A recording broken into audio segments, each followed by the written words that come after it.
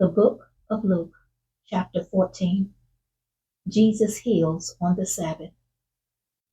It happened that when he went into the house of one of the leaders of the Pharisees on the Sabbath to eat bread, they were watching him closely.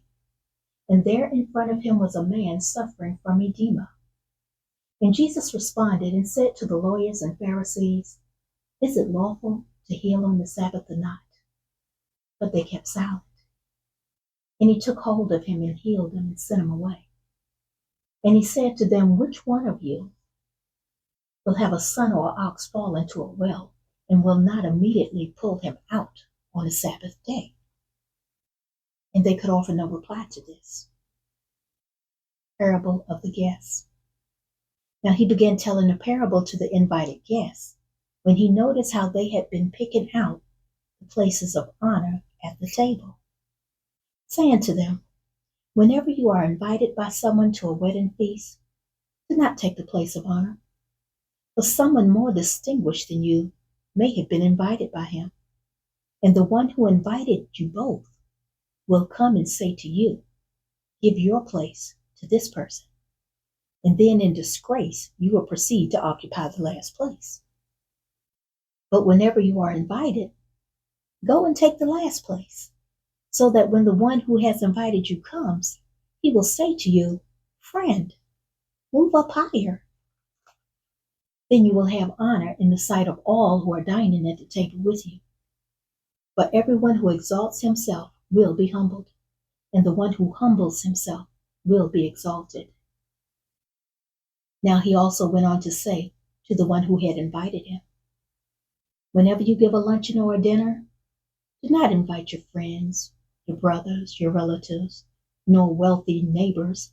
Otherwise they may also invite you to a meal in return, and that will be a repayment. But whenever you give a banquet, invite people who are poor, who have disabilities, who are limping, and people who are blind, and you will be blessed, since they don't have the means to repay you, for you will be repaid at the resurrection of the righteous." Now when one of those who were reclining at the table with him heard this, he said to him, "Blessed is everyone who will eat bread in the kingdom of God." Parable of the dinner. But he said to him, "A man was given a big dinner, and he invited many. And at the dinner hour, he sent his slave to tell all those who had been invited, 'Come, because everything is ready now.' And yet they all alike began to make excuses.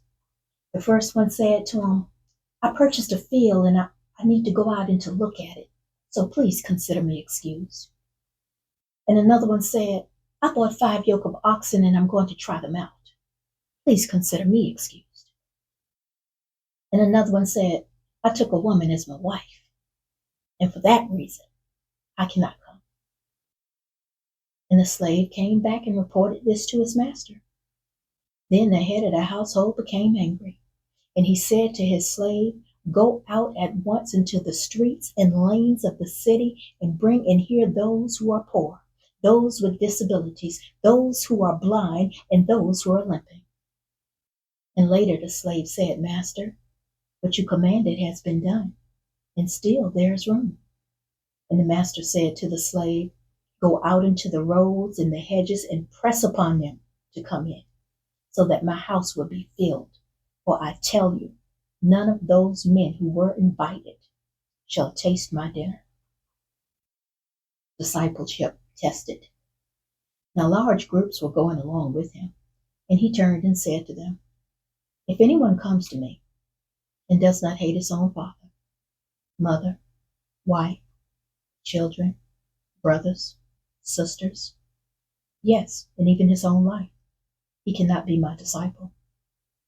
Whoever does not carry his own cross and come after me cannot be my disciple. For which one of you, when he wants to build a tower, does not first sit down and calculate the cost to see if he has enough to complete it? Otherwise, when he has laid a foundation and is not able to finish, all who are watching it will begin to ridicule him, saying this person began to build and was not able to finish? Or what king, when he sets out to meet another king in battle, will not first sit down and consider whether he's strong enough with 10,000 men to face the one who's coming against him with 20,000? Otherwise, while the other is still far away, he sends a delegation and requests terms of peace. So then, none of you can be my disciple who does not give up all his own possessions.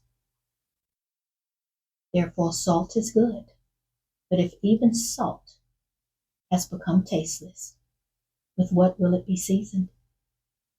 It is useless, either for the soil or the manure pile, so it is thrown out.